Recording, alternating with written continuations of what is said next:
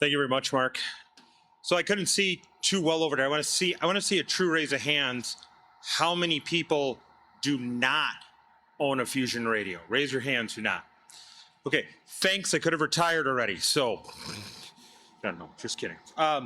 So thank you for the, Mark, thank you for the introduction. And we're going to talk about Fusion today. And one of the things we're going to kind of talk about is, being that it's been 10 years, we're going to kind of get into kind of some of the questions that people have been asking about where we're at and how we're doing certain things. And the reason I put it that way and say it that way is because Fusion has gone through a significant change, believe it or not, in 10 years. It's still the same concept, what we had when we started. So our owner of the company thought of Fusion himself. And while we introduced it to the masses in 2013, we actually had it on the drawing board since 2010. Does anybody remember at that time what was happening with us with 2010 with Yaesu Vertex Standard? There's a little company which will remain nameless but begins in M and ends in Otorola. And what ended up happening is that they got mad at us because we were a competitor with their LMR division. And did anybody work for Motorola in here? Used to? Get out. But you guys had a really cool adage about your business model. And and the adage was, if you can't beat them, buy them. And they bought us. And what happened, if anybody remembers, there was all these rumors circulating that we were done for and everything. Well, Motorola didn't want us. They wanted Vertex. So in 2012, we bought ourselves back. And that's where we're at today. That's why we're marine, aviation, and amateur. That's why there's Yaesu, and then there's actually Standard Horizon, if any of the marine folks in here, right? So what ended up happening is then we said, well, and this is before my time, but I got to take a look at the protected scrolls. And what they said they said, let's get Fusion up and going. And Fusion had 3 core principles. That's what it was designed for, right? Does anybody know the first one? I can't hear you. So let's assume. How about ease of usage? Say ease of usage. Good. All right. That's the first one, ease of usage. You have a Fusion radio. What's the first thing you got to do? Put in your call sign, right? What do you do from then if you want to talk Fusion? It's so easy a caveman could do it, right? You push and you toggle between digital and analog, right? Okay, cool, right? So then the next thing we had to do was, as we said, what's the next principle of it? Well, if you take a look back what was happening in 2013, there were some other digital modes out there. But one of the things we thought of is said, well, why would you go to a digital mode if there's other digital modes out there and then this digital mode was not good audio quality, right? So it had to be high quality digital voice. And that's why we chose C4FM along with FDMA technology. C4FM, how many people know C4FM is another name? Any scanner listeners? P25, right? People associate C4FM with P25. NextDen is the commercial version of Kenwood and ICOM on there. They have one called NextDen that actually uses C4FM. But a lot of people thought P25, but it wasn't P25. But it was high quality like P25, and that's what we wanted. Now, I've said this numerous times. Do you know why we didn't do P25? Because we know if you did P25, half of you in this room would have already modified the damn radio and already be talking on public safety systems when you're walking out of the stores. No. Yeah, I know, shocker, right?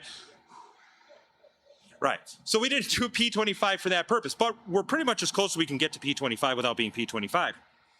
Now, the last thing was, I think, is what makes Fusion so popular is the ease of usage and flexibility.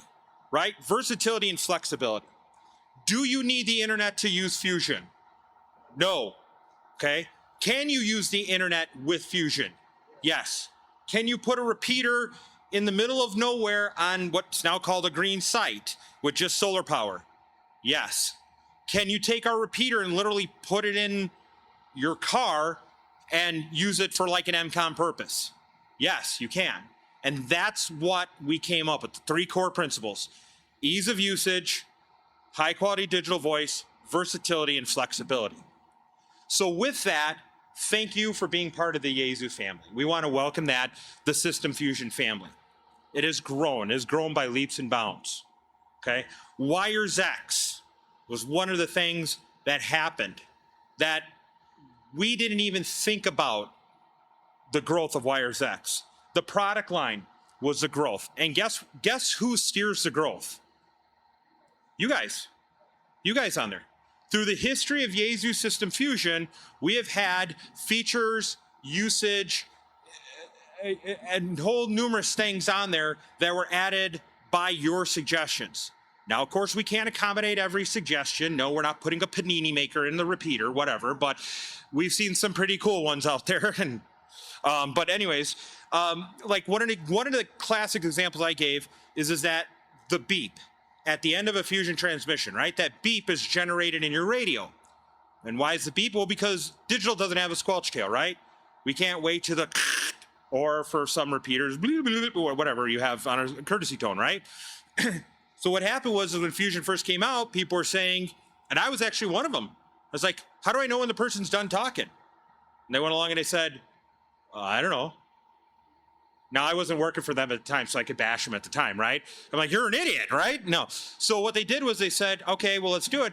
Well, then one of the first firmware revisions, which is now a standard thing in all Fusion radios, is when your radio hears the end of the transmission packet from another Fusion station, what does your radio do? Beep. Does everybody like the beep? Yes and no. It's worse than left Twix, right Twix, folks. I'm going to be honest with you. All right, but guess what? You could turn it off. But that's how Fusion was steered in the whole thing. Part of our current Fusion product line you're going to see here is being steered and was driven by what you wanted, what people have said. So from the first days, as Mark said, which was the FT1, the FTM 400, and the DR1 repeater, not even the 1X, but the DR1, we now have come to the FT70, the FT5, the FTM 200, the FTM 300, the new FTM 500. We have the FT991. We have the HRI 200. We've added WiresX PDN capability. We added the DR2X, and we also have IMRS linking for the digital repeaters. It's come a long way. How many people had a WiresX node prior to December 25th, 2014? Okay, there's only 2 of us. Thank you, brother. All right.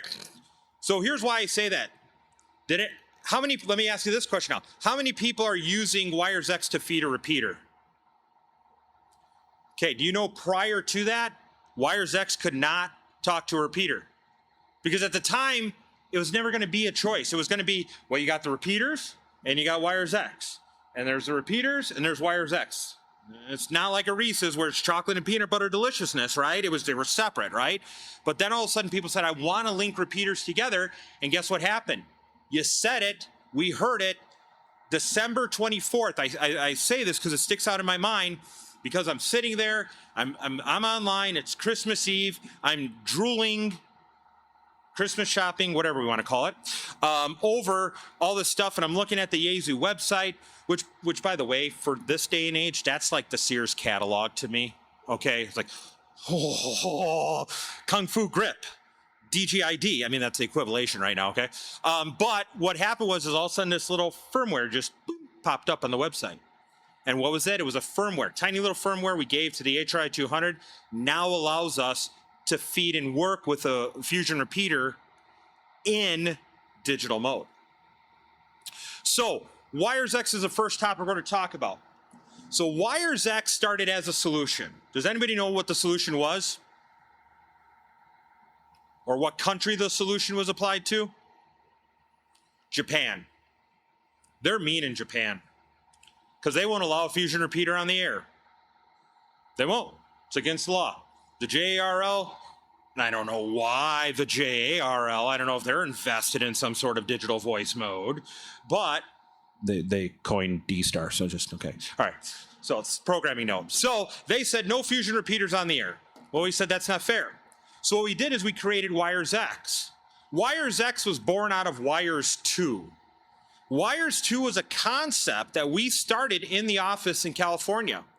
And what we did was, back in the days of you've got mail, right? What we had was is that we said how people wanted to link. And RF linking wasn't always possible. So we said, what if we took a little box, and we took this little box, and we hooked it up to the repeater, and then we hooked the little box up to the internet. That's a great idea. Well, then what do? Well, we go ahead and we push buttons on our radio. What does that do? Well, that tells us to go ahead and connect to the other thing. Oh, like a PBX? No, not like a PBX, like ROIP. Well, okay, so then how do they connect? Well, the box talks to a box. Okay, how? Through the internet. Okay, so kind of like instant messenger. No, not like instant messenger, it's ROIP. And then Wires 2 actually started to catch on. Well, what we did with Wires X is we said, okay, why does it only have to be analog? Why can't it be digital? And more importantly, why can't it be digital to analog, or digital to digital, or analog to analog? And that's where the X comes in Wires X. We're cross-moding. Wires X was the first actual networking option of a digital voice technology, mainly obviously fusion, that allowed you to cross-modulate at an infrastructure level. And what I mean by that is that old adage, now this is a public safety adage, when back in the late 90s, early 2000s, when all of the craze was digital voice, right? How many people are here from Minnesota? Okay, one, okay. Hi. My Minnesota peeps, anyways, because I live near Minnesota, I'm in Wisconsin though. But what happened was that the whole state was going 800 digital, and the state legislature enacted and said no ham left behind, or no ham, sorry, no PD left behind. And Wires X kind of did that thing and said the same thing was no ham left behind. So what happened was that they had this concept which Yaesu kind of indirectly copied. I don't think they actually were watching what was going on in Minnesota, but they said, if you want to be on analog, but you want to talk to your friend and you want to be on digital, who moves? Does the analog friend have to buy a digital radio? Or does the digital friend have to use analog? No. Enter Wires X. Now, with that came along the requirement of an HRI 200 interface to a radio and a couple other little things like that. It worked out great. And this was a solution to the repeater, because now what you could do is you could put a node up over here and be on one frequency, and you could have another node up over here and be on another frequency, and you can link them together, and if they happen to be 600 kilohertz apart, hey, right? But more importantly, what you started to do is you started to see people were almost clustering together.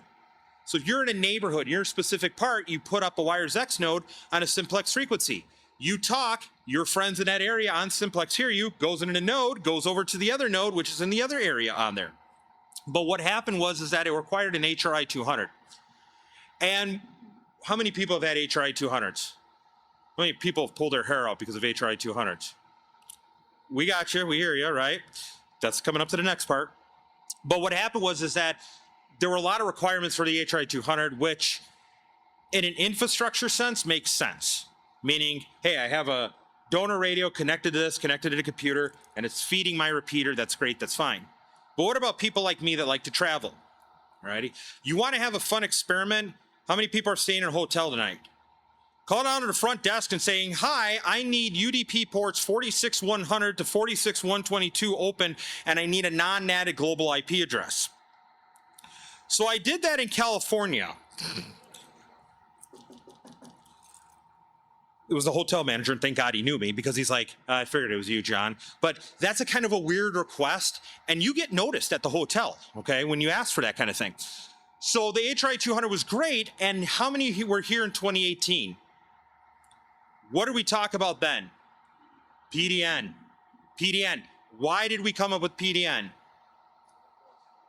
Because John said, wake up, Yaesu. I can't be carrying around my HRI 200. I can't be carrying around this and this and this and this. I need something portable. I need something to be able to be used. And that's where it came in. And now what we said is we said, okay, and you see the cabling kits over there. We said, now we're going to take a radio and you can hook it directly to your computer. And now that's it. I could use it like a glorified speaker microphone. Or I could take this radio, connect it to the computer, and I could walk around and use this radio to talk to it. Now I've created a local node. I don't need wires X ports open. I don't need an HRI 200. I don't need all this kind of stuff. But the question that people still come up to this day is, well, even in the booth today, they said, John, why do I need an HRI 200? Well, I'm glad you asked. Because if you want to host a room, if you need analog to be transmitted, so analog via RF, and you are able to commit a donor radio, meaning a radio can always connect to the HRI 200, the HRI 200 is your choice, okay? That's your choice in this matter, okay? You could also connect the HRI 200 directly to the repeater. Some people have access to internet at repeater sites, so it's kind of a question there.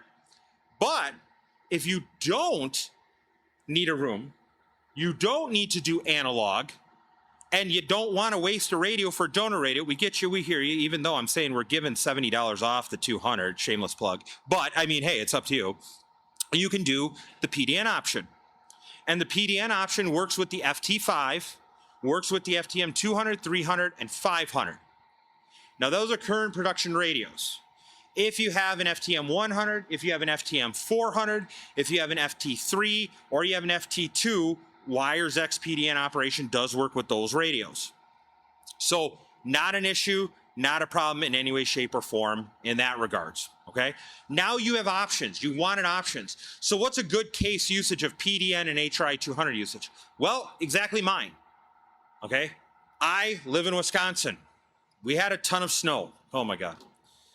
I'm so glad it's warm down here finally. So I want to talk back to my repeater, which I did. I was in my hotel room last night. I took my laptop, I took my radio, I connected the cables there. I'm talking to my dad through the hotel internet without asking ports and becoming suspicious, alrighty? And he's sitting in his house, in his handheld, in the lounger, watching the Food Network. It's weird with him, get older like that. But he's sitting there, we're having a great time, we're talking, chit-chatting, hey, how's our things going? Good, da-da-da-da-da. And it was great. All because of a demand that you wanted, which was PDN activity.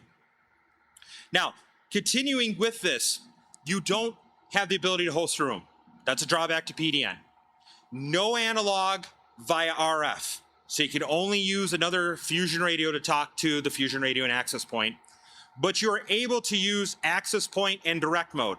Direct mode, once again, turns it into a glorified speaker microphone where access point allows you to set it up like an RF location. So if I had my radio set up here in access point, if you all knew the frequency, you could take your fusion radio and transmit into it and go down the room or control the node or anything like that on there.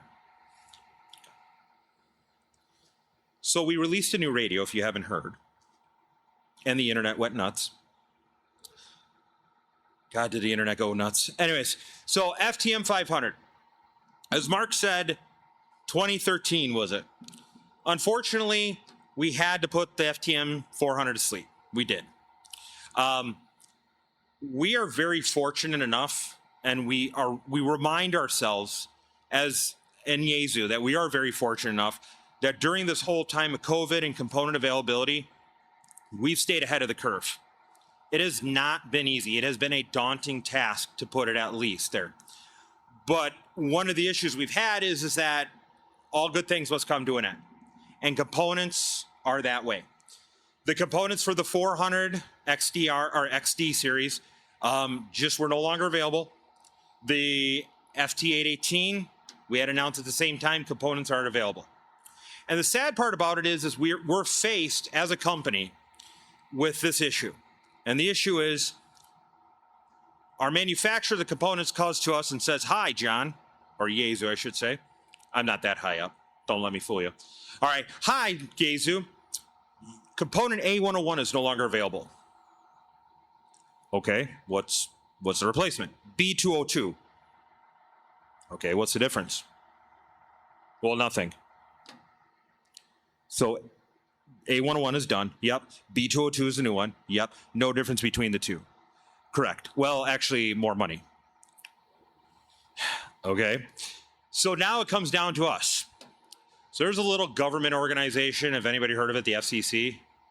Just a small one? Anyone? Okay. We have an issue to face where when we as a manufacturer radio, we just can't make a radio and slap a label on it. We have to go through type acceptance and everything. So it comes to an issue of, do we get the new components? Do we redesign the radio? Or do we listen to what you have said and saying, we want this in there, we want this in there, we want this in there, and then just come up with a new radio and let that one go gently into the night? Well, that's what we did with the 400, and that's where we came out with the 500. Now, the 500 is a flagship Fusion Mobile. If you haven't been to the booth, I strongly suggest you come over, take a look at the radio. It is designed for the mobile user. It is designed for ease of operation, usage. We have a lot of things built into that radio that makes it a fun radio to use, but also more importantly, that has features in the radio on there to use. So for example, the ability to have Fusion on both the A band and the B band, the ability to link groups together for ease of usage and finding it in the radio, customizable favorites list, all this kind of thing, plus also mounting aspects that you have in there. And one of the things that we wanted to do is every time we come out with a new mobile radio, and especially if it's part of the Fusion line, we ask ourselves, how is it going to be able to perform? So there's going to be a series of standards of things that are going to be in the radio, which is going to be PDN functionality, for example, in this case, making sure that it operates Fusion capabilities as the other radios on there, but also too is how the people can use it in a concept of why we call it Yaesu System Fusion. Does anybody know why we call it Fusion? Because we're fusing analog and digital together. If you don't want to use digital today, cool. If you want to use digital today, awesome. But what we do is we want to make sure that it's able to be used across the platform of what you want to use. And then the other thing too is we're looking at the mobile environment. We're watching things. MCOM. How many people are involved in MCOM? Aries, RACI, Skywarn, some other 3-digit acronym or something, right? It's important. It's important to me because that's where I came from. But the biggest thing that we want to do is we want to be able to have and let you as users be able to use this radio that could say, hey, it's a Fusion radio, but it's also a mobile radio, and it's something that's going to be easy for me to use. And that's where it kind of comes in. The microphone structure, the other aspects of the mobile itself and all that kind of jazz, the accessories that are on there and everything, we want to be able to do it. We want to be able to say, hey, here's what it is. And Fusion is growing. When we started out in America, we did the Wires X numbering where the first Wires X node was 11000. And that's ours in our office in California. And then we had a few others that like 1100, I think 11000 to 11003 are all like Yaesu numbers on there. And then we had our room numbers, okay? 21000, 21001, those things like that, right? As of checking it, I can't remember now. We are at node number now 97,000, and room number we've actually had to flick back over. Room number is 07,000. In that time, each node you have has to be registered. So if you have 3 Wires X devices, you have 3 numbers, 1 per each one. But I think that goes to show you what the growth is. And not to also mention, that's people that have turned off their HRI 200s, unregistered it, deregistered it, because they've gone with PDN instead. So it just shows the growth on there. But we're not stopping in the VHF, UHF realm. There's a big thing starting to pick up, and it's System Fusion on HF. And I will tell you, you want to have fun, here's the 991 on 29.250. And if you want to see the true aspect of how far can Fusion go, turn your 991 on 29.250. There's a Facebook group that you can join if you want, or you're into social media and everything like that. But there are people on now that 10 meters is picking up that we're in the States here and we're pinging people in the UK direct on Fusion. And the best part about it is what people are doing is how many people are familiar with group mode or GM mode? Okay. What we do is as a group, we're sitting on there and people are putting their radios into GM mode. And what's cool about it is that if you have your radio and it's a GM mode on 10 meters, it's beaconing, right? And if you turn your radio on 10 meters or VHF, UHF, you could do it there too, and you're beaconing, guess what happens? When my radio hears your radio, we quickly act one another back and your call sign and information pop up on my screen. And it's kind of like, I don't want to get up the FT8ers, but it's kind of sort of like FT8 QSOs going on. And here's why. I could sit there GMing, and once I see someone pop up, I know that my radio heard theirs, they know that my radio, and then we'll have a QSO. And it's just absolutely amazing. And why is it so amazing? Well, because how many people think of Fusion just being VHF, UHF? A lot of people do. But it's the exploring of this going on. Now 10 meters. 6 meters starting to pick up again. People are doing GM on 6 meters. And it's just growing and growing and growing and growing from there. I can only recall maybe a handful of times that I'll be turning my radio on in 10 meters and I'll be GMing, and after about maybe an hour or two of it sending out pings and stuff like that, that I don't get another ping back, that I don't get a response. And that just shows how many people are actually using Fusion, not just on VHF, UHF, but also on the HF portions of the band. Sorry, my throat's going a little bit. So, we've been looking at a lot of things. And obviously, during COVID, we all hunkered down. We all turned on the radios again, found time to go back downstairs. And with that, we found that a lot of people went to social media. And trying to be nice here. I'm so trying to be nice. Social media is interesting. Let's say it that way nicely. And what we found out was there's people that like Facebook and there's people that hate Facebook. And then there's people that like Twitter and hate Twitter. And there's people that like Mastodon and don't. And Twitch. There's so much, right? And we started to say, you know what? Here's the deal. We try to, we have like sort of a social media team. But there's no, I mean, I got to turn this stuff off even myself, okay? Because first of all, I don't know how the reels are picking that option of videos I want to watch. No, okay? And two, sometimes toxic, I'll be honest with you.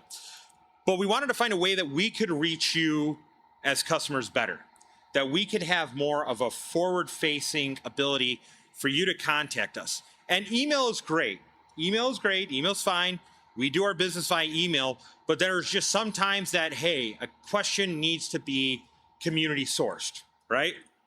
So what we are doing is we are slowly opening up our Yaesu message board system. And eventually what will happen is you will have the ability to come in and join our message board system, and you will have the ability to talk Fusion, to talk about HF radios, to talk about SDR radios, to talk about Wires X, to talk about a whole slew of things related to Yaesu, but in it, whoops, see, there you go. Hang on.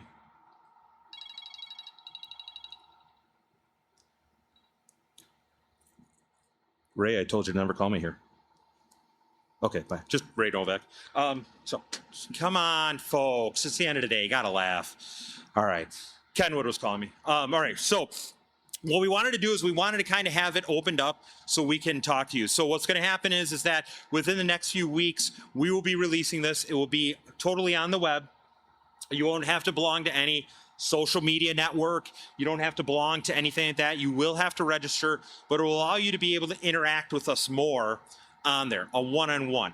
Have a question on it about, you know, hey, I was kind of wondering, like, what's a good room to join? It's a great question for here. However, we don't want this to take place of the technical support. We don't want this to people ask the question, hey, I need this radio repaired. Can you repair it? No, we still want you to call our office, email our office, whatever you want to do. That's going to be the best way to do it. But to have more of an interaction with you, we want to do that. We've worked hard to try to answer the questions on there. If you're on social media, you see me on at all times of the day, just because we know there's a lot of questions and we know that there's a lot of stuff on there and the world is 24 hours and all that jazz. But we feel that this is going to be a really good way for people to be able to interact. Plus also too is, here's the deal, folks. Someday I'm going to retire, especially if the ones that raise their hand that don't have radios would buy them, please. Okay. And we got to pass the knowledge. And I've talked to many of you. I just look and I see in there, you guys got a lot of great ideas. You got a lot of great knowledge. You have the ability to help foster. You were once like me, didn't know anything about fusion. You know, as the term I hate, confusion about fusion. Everybody was there at one time, right? We just weren't all there. And what happens is that we want to be able to have that kind of community support. And that's why we're kind of been excited about here. And we could say that because if you notice, sometimes on social media, the posts have stacked up. We get a lot of spam lately, lots of spam. But those things have kind of been happening there. So we figured, let's go to this platform and you'll be able to go ahead and interact with us more. So what are the things I like to do in my presentation? I like to take some time to be able to do questions and answer. So are you going around the microphone? Okay. So if you have any questions about fusion or anything like that whatsoever, feel free, raise your hand while the microphone come around and they'll ask it. And no one has any questions, really. Thank you. Groups.io going your way or something? No, Groups.io will be their own separate thing on there. They have more stuff. So like, for example, if you have questions that aren't necessarily Yaesu related, but involve like open spots, hotspots and stuff, definitely go to that group. Our group is going to be more Yaesu related items together on there. So.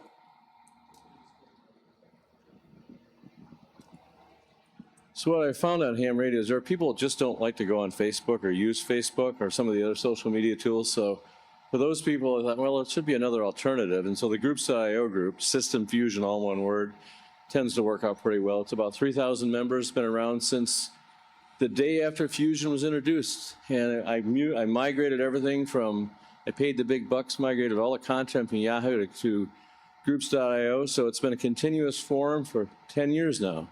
And there's probably somebody out there who can answer your question if you got a question. You know, a lot of the questions can be fulfilled within the community itself.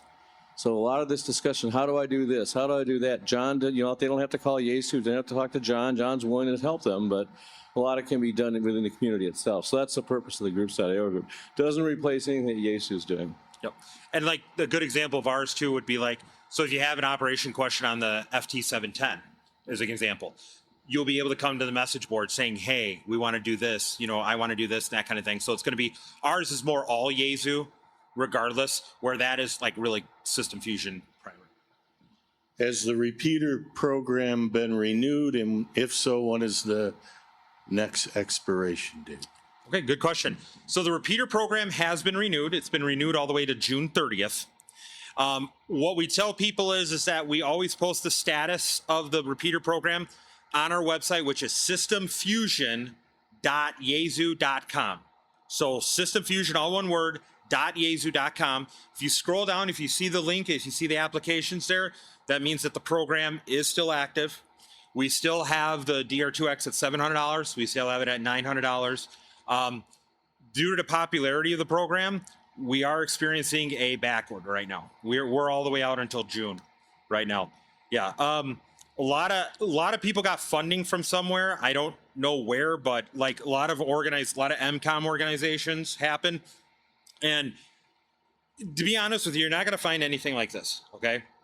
Selfless plug coming up. Okay. Because with that repeater, it's a 2-rack unit high repeater. It can run off DC voltage or AC voltage. It can be 5 watts, and it's also unidirectional for crossbanding. So for an example, I do a big ski race. My dad's the EC for a county up in northern Wisconsin. Oh, yeah. And we do a big cross-country ski race where people ski uphill. And we do the medical comms for it and everything and help out and everything. One of the areas, because it's all like this up there, one of the areas there, we have a person that puts a DR2X in the back of his car, hooked up on 5 watts. So then that person locally goes in on VHF. The repeater at the car transits out on UHF. And then the repeater at the site listens on VHF and UHF, which the DR2 can, and then repeats it back out. So it's really versatile. So that's why we keep it going. Any other questions? Really? Okay, thank you. Just real quick, I was wondering what's involved in setting up a PDN mode? Good question. So all that's set up in setting up a PDN mode is basically what's on the screen here. You select a radio that you want to use for PDN, you buy the cabling kit, and then you register the DPID of the radio. That's it. Now the DPID of the radio is found in the radio. It's a 5-digit number. It's an alphanumeric combination of capitals and lowercase. And what you do is you just go to the WiresX website and you say, okay, I want to register this radio. Then they go ahead and they'll issue you a number. Now, here's the other cool part about PDN and the WiresX network in general. If you already have a WiresX node at home and you're going to go on vacation or whatever, you can turn off that node and you can turn on the radio with PDN connected to it, and that computer can use that same DTMF. So you don't need to necessarily register for every single radio you have. That's another advantage of Fusion. The only radios you need to register are ones that are going to be serving as a gateway into WiresX. If you are not going to be setting up a node, but like I'm going to drive through your area and I'm going to use your WiresX node, I don't need to register. So registration is just the radio you are using to connect to WiresX. That's the only thing. Alrighty. Any others? Oh, we got more now. Does it, which model? FTM 300. Does it do crossband? Yes, it does. Okay. And the cool part about it is, and I'll explain this in detail, it will crossband FM to FM or AMS receive to FM. So you can go in and have it set up that it will receive analog or digital, and when it goes over to the other side, it will come out FM. Now, I know a lot of people ask, why don't you just do digital crossbanding? And it comes down to our Fusion protocol. Our Fusion protocol prohibits a repeater to repeat a repeater. And here's why. We've all done things with the copier machine, put our hand on it, whatever, right? Okay, so if I take my hand and I put it on the copier machine and I make a photocopy of my hand, and I take that photocopy of my hand and I put it on the glass and I make a photocopy of that, after I do that a couple times, it's going to look horrible. And that's what happens when you repeat a repeater, which is in digital mode. The digital signal just goes away after a while and it gets horrible on there. So that's why we don't do in our mobiles Fusion crossband repeating. So. And the other question is, it has Bluetooth in there. Will that hook up to my car's stereo speakers? Our protocol does not and cannot use AD2P, which is usually the control protocol built into Bluetooth profiles. That's why you're driving, you can change your songs on your iPad or whatever. We don't have that. It's a simple, basic audio profile. So that's why sometimes it will or will not connect. It's hard to say. So it's just a simple audio profile. So your mileage may vary. Was there another one I saw somewhere? Hello, we both have the FT5DR. We just bought them a few weeks ago, and today we both bought the FTM 200s. My question is, I got a few repeaters that will do WiresX, but I'm not sure how they get set up. I know that's probably going to be a little more complicated than what you got time for, but how easy is it to actually set this up in the radio so I can just get on a group really quickly without going through a lot of steps? Perfect, simple and easy. All you have to do is if your repeater is WiresX capable, meaning it has a WiresX connection, proper WiresX usage states that you should find out to the repeater owner, is it an open node? Some people will put a wires X connection to a repeater and they'll keep it closed, or they'll use it for a specific purpose to always stay in one certain wires X room or something like that on there. If it's an open node, all you simply do is you push the X button on your radio. What that does is when you're on that frequency, it sends a digital handshake request to the repeater. And what's happening is then your wires X node going through the repeater saying, oh, hey, this person is asking if I can handshake with it. The radio repeater will either, the repeater will either send an acknowledge back, or your radio will sit there and time out that it heard nothing back. If it does get an acknowledge back, then it will show you what the status is of it. Sometimes people leave a node to the repeater disconnected so people could steer it to wherever they want to go. Some will keep it into a room, whatever the case may be. On your display on those two radios, you will see the actual status of the room if it's connected or something like that on there. So it's that simple to use a wires X node. The biggest thing that we see is just proper fusion etiquette. All right. Any others? This is pretty specific, but I've got a DR2X that I just had to send back in. The A receive went down to nothing. I tried and get the B to fill in for it, and I couldn't make it work. Is it not possible? It is possible. It takes a little bit more of programming and setup on there. Oh, So what the B side, what he's talking about is if the DR2X repeaters have an active A and a B side receiver, so it's dual active receivers, and it can be same band or opposite band, so like VU or VV or UU. What the B side was designed for was sort of a backdoor into your repeater.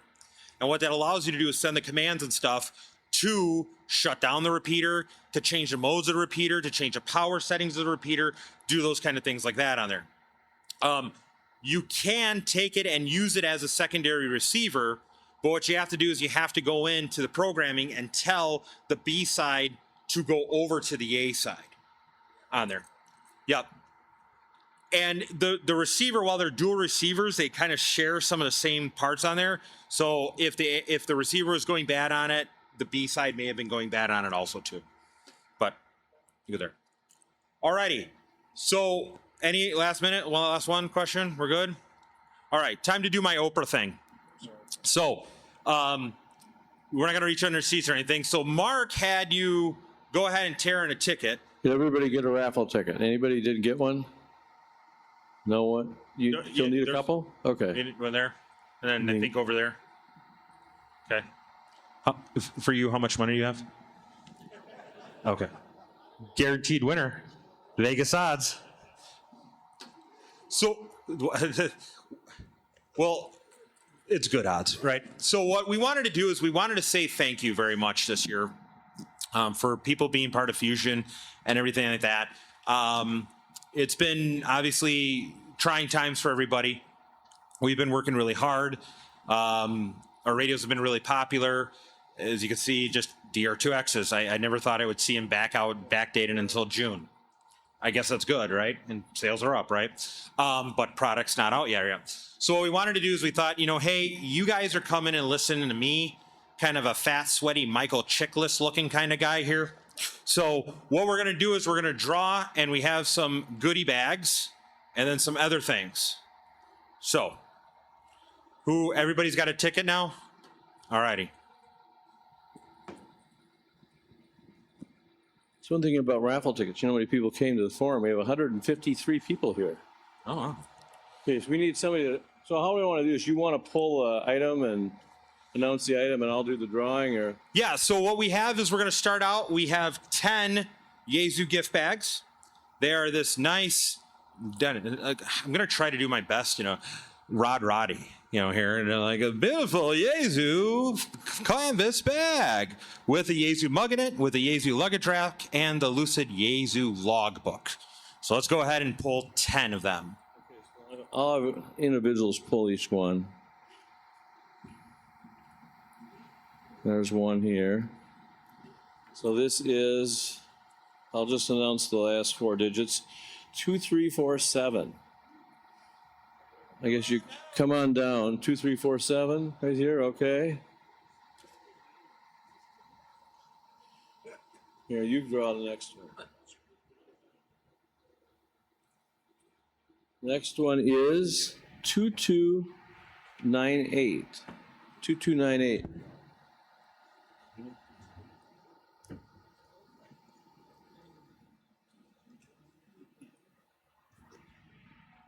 Then if you put the next one out here.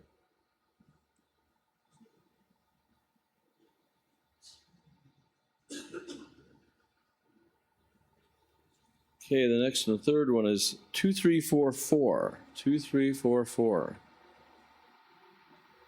Okay, come on down and get your bag. Here, I'll have you pull the next one.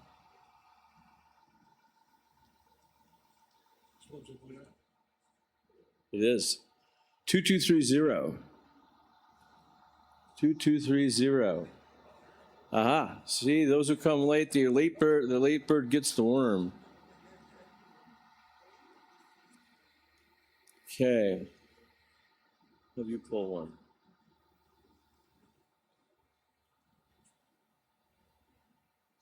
You got a 200 there. Look at that. Both got 200s. His and hers 200s over here. Oh, let's see. Let's just do it again here.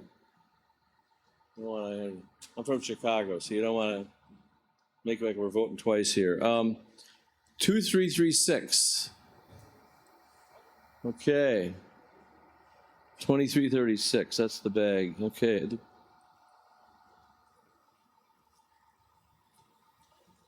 Let's see here. Let's go. Have you draw one? Sure. Okay, the next one is 2284. 2284.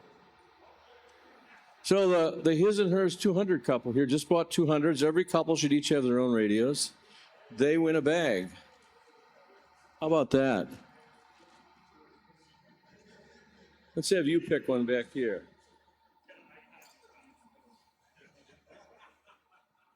We'll let him go. Okay, 2215. 2215. Here we are.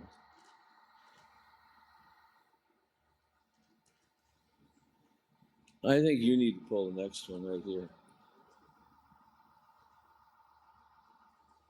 Okay. Oh, there we go. Yep.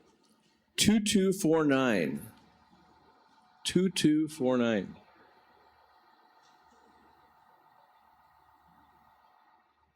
We have any more bags, or we move on to the next thing? One more bag. Two more. Okay, I think you need to pull right here.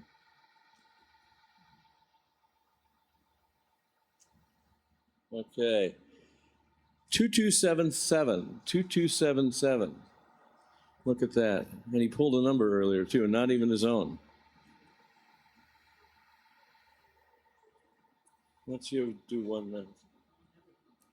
You never know. You could fold it over right, but you didn't. Okay, 2305. 2305.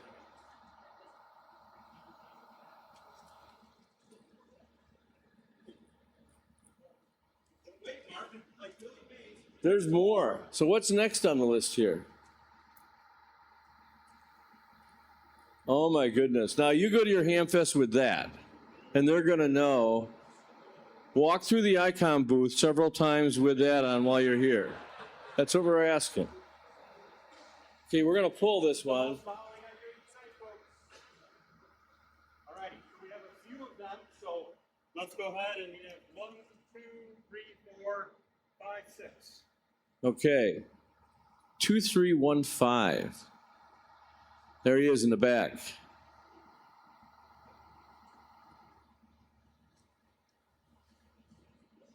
We'll have you pull one right here.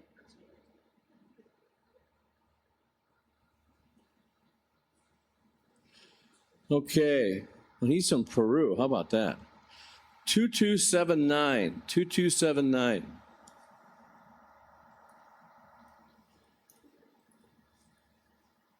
We're going to have Rob pull the next one here.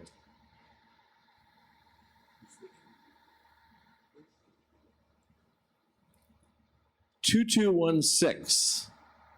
2216. Oh, there we Okay, I'm gonna have you pull the next one a bit. Move this around the room.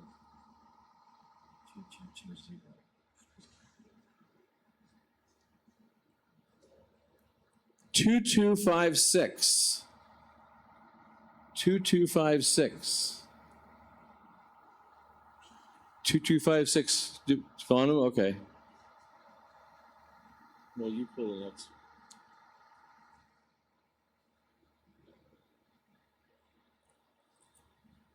Well, this is really weird. 2257, the next number in the sequence. 2257, probably right next to 2256. 2257. Not to be confused with. Who knew? Consecutive order. How about you pull one here?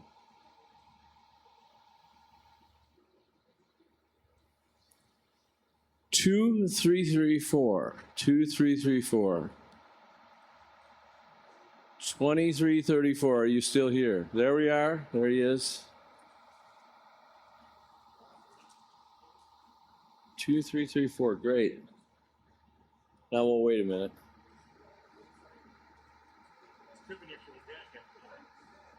Okay, make sure, go through your icon booth with that on.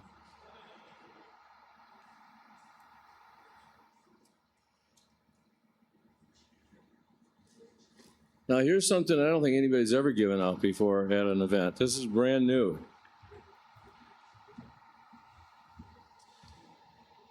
So once again, we realize and we thank a lot of you for being part of the family, all of you that are here.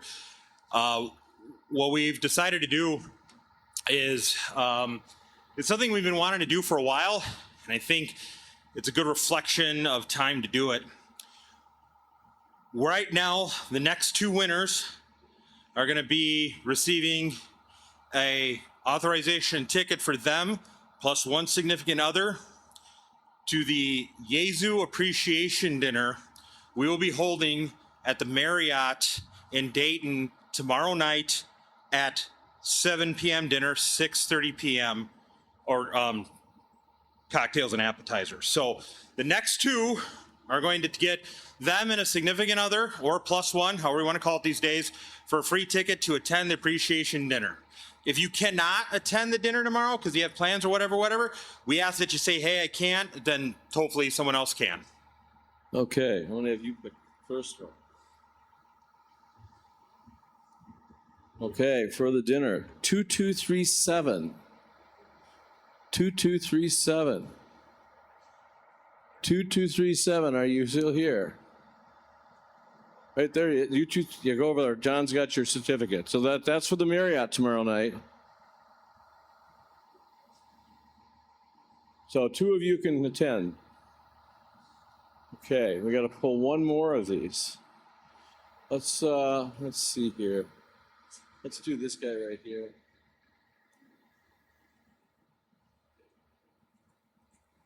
Second drawing for the dinner, 2274. Well, look at that. You guys got dinner tomorrow night. So if he's going to give you a certificate. You got to go to the Marriott for two of you. You can pick which you can pick either of these two gentlemen to take with you. Oh, okay.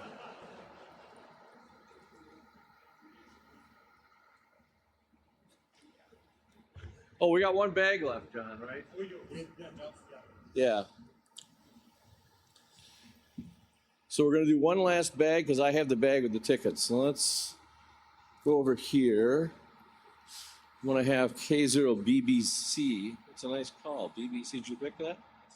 Wow. Okay. 7299. 7299. Are you here? 7299. Where do you leave? 7299. Oh, look at that. Somebody left. We're going to mark here, pull one. Let's see who gets lucky. Somebody left. Okay. 2228. 2228. Look at, he just pulled the other one. How about that? Rigged. Dump up the numbers. Put the swag in. And with that, everybody, thank you for attending. Thank you for being a Yezu customer. Thank you for seeing us. We appreciate it. See you all next year.